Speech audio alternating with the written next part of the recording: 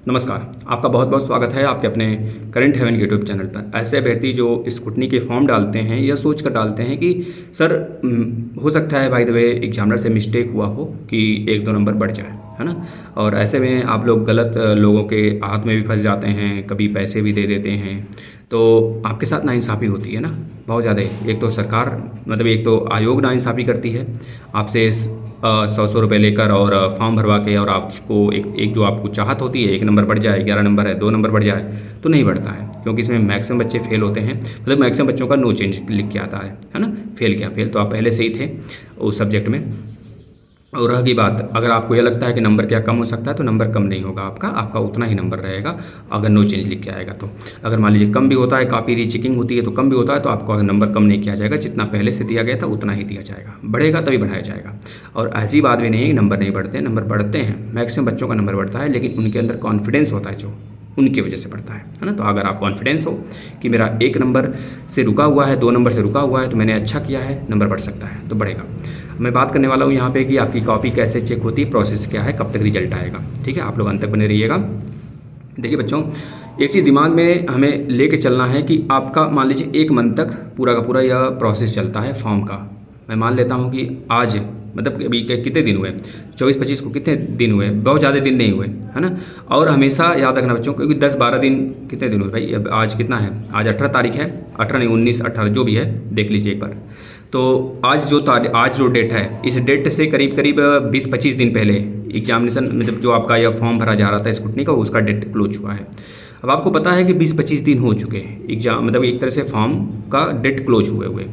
तो आपको अब मन में एक तरह से सुदबुदाहट शुरू हो चुका है कि सर क्या कब तक रिजल्ट आएगा। तो मैं अगर पिछले बार वाले का डाटा लेता हूँ तो लगभग 3 से 3.5 महीने में मैं बता सकता हूँ। लेकिन अगर पिछली बार का मैं डाटा लेता हूँ तो आपको 4 महीने से 5 महीने वेट करने पड़ सकते हैं। 5 महीने, कम से कम 5 महीने, समझ रहे ना। क्योंकि रिजल्ट के जब भी नेक्स्ट सेमेस्टर का एग्जाम होता है, जैसे आज आपने स्क्रूटनी के फॉर्म डाल दिए हैं, आपका नेक्स्ट सेमेस्टर का जो एग्ज़ाम होने वाला होगा, उस एग्ज़ाम के होने से पहले पहले उसका स्क्रूटनी का रिजल्ट आ जाना चाहिए। लेकिन पिछली बार ऐसा नहीं हुआ था। उस एग्जामिनेशन का एक तरह से हुए उस एग्ज़ाम को, नेक्स्ट सेम के एग्ज़ाम हो गए और हुए 1 महीने हो गए, तो एग्जामिनेशन के डेट के भी 1 महीने बाद आया, समझ रहे हैं ना। मतलब कि 3 महीने इधर गया और 1 महीने एग्जाम, मतलब एग्जाम का जो डेट समय बीता, और लगभग 10-12 दिन 20 दिन और मतलब कि 4.5 से 5 महीने बाद आपकी एक तरह से स्क्रूटनी का रिजल्ट आए पिछली बार।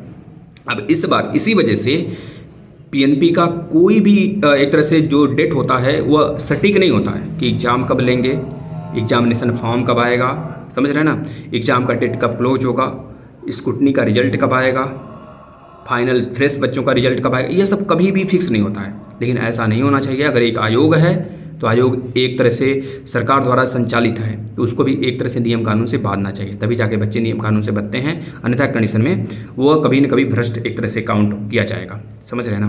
तो ये चीज़ें हैं, बच्चों के साथ ये खिलवाड़ हो रहा है। तो आपको ये समझना है कि अगर आपका 1 महीने, मान लीजिए मैं मान लेता हूँ कि लगभग 25 दिन हो गए एग्जामिनेशन फॉर्म क्लोज हुए, 25 दिन इधर गया बच्चों, लेकिन अभी कोई भी प्रोसेस नहीं हुआ है। मैं इस बात से अवगत हूँ पूरी तरीके से। इस बात से एक तरह से आपको भी मानना पड़ेगा कि अभी तक कोई भी प्रोसेसिंग नहीं हुआ, क्योंकि जो पीएनपी है ना, बहुत ही ज़्यादा एक तरह से कह लो कि अपंग है ना। ये साथ में कोई 2 काम नहीं कर सकती। अभी एग्ज़ाम डेट जो आया हुआ है डीएलएड वाले प्रशिक्षुओं का, उनका एग्ज़ाम कराया जाएगा, है ना। करीब उनके एग्ज़ाम डेट बीतने के बाद 10 तारीख, मतलब 10, 11, 12 जो भी एग्ज़ाम डेट उनका खत्म हो रहा है जुलाई में, खत्म होने के बाद आपकी कॉपियों की प्रोसेसिंग स्टार्ट होगी। अगर प्रोसेसिंग स्टार्ट होता है तो करीब मैं मान लेता हूँ कि तुरंत अगर 15 तारीख तक आपकी कॉपियाँ मंगाई जाती हैं डाइट से मंगाई जाती हैं, फिर डाइट को जो अलग अलग चीज़ें हैं, अलग अलग संस्थान उसको सेंड की जाती हैं आपके मार्क्स, और इसके बाद मतलब कि आपकी कापियाँ सेंड की जाती हैं रीचेकिंग के लिए। तो जहाँ पे जाता है और कापियाँ मंगवाने में, कापियाँ फिर से सेंड करने में करीब इनको 1 महीने लग जाते हैं।